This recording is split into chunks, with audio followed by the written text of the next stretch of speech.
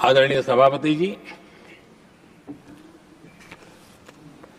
हम एक विकसित भारत का सपना लेकर के चले और आज वो सपना देश के लोगों की ऊर्जा के कारण संकल्प में बदल चुका है।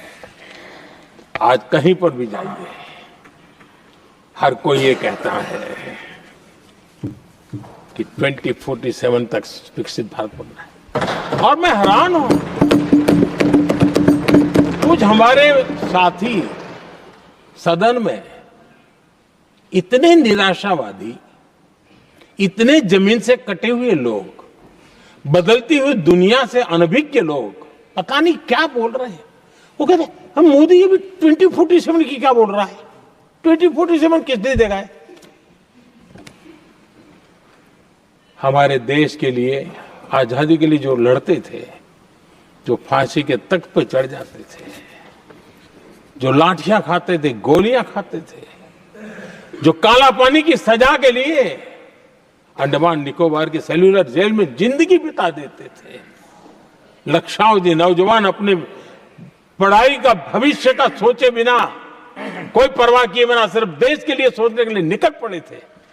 क्या उन्होंने कभी ये सोचा होता कि यार हमारे कालखंड में तो आजादी मिलेगी नहीं, कि मैं क्यों करूं? तो क्या देश कभी आजाद होता? ये इतने निराशावादी लोग हैं कि जब मैं डिजिटल इंडिया की बात करता था, मैं फिनटेक की चर्चा करता था, मैं यूपीआई की बात करता था, तो ये कहते थे अरे इस देश में गरीब आदमी मोबाइल फोन पर कैसे पैसे का कारोबार करेगा?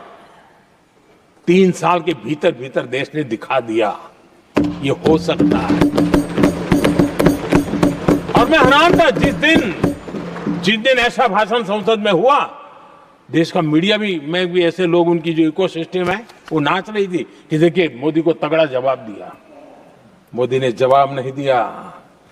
आपके हाथ में मोबाइल फोन जब यूपीआई से चलता है, काम करता है ना, तो जवाब अपने आप मिल जाता है।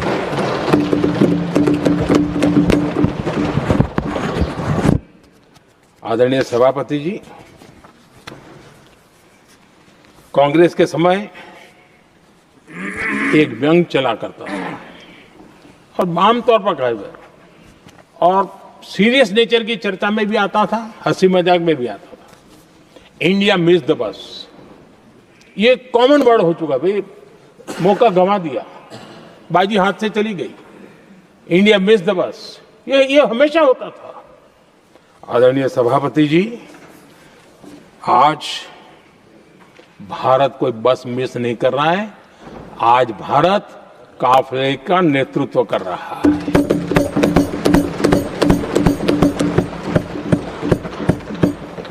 आदरणीय सभापति जी, देश का भविष्य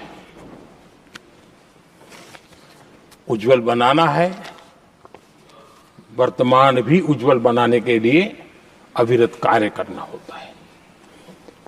हम विकसित भारत के सपने के लाइट में 5 वर्ष की योजना बनाते हैं और हर वर्ष का बजट बनाते हैं और हम दिशा तय करके चलते हैं हम, क्योंकि हमारे लिए अगला चुनावी लक्ष्य नहीं होता है, हमारा लक्ष्य है 2047 विकसित। अरे चुनाव तो आएंगे जाएंगे, मेरा देश अजरा अमर रहने वाला है और हम देश की युवा पीढ़ी के हाथ में समृद्ध हिंदुस्तान देने का सपना लेकर के चले। जिन बच्चे जो आज जो घर में बालक है ना, उनको भी मैं देख करके सोचता हूं कि मैं इसके हाथ में ऐसा हिंदुस्तान दे करके जाऊं ताकि हमें अपने काम का संतोष हो। 2047 क्यों, 2047 क्यों, ये बातें करते हैं।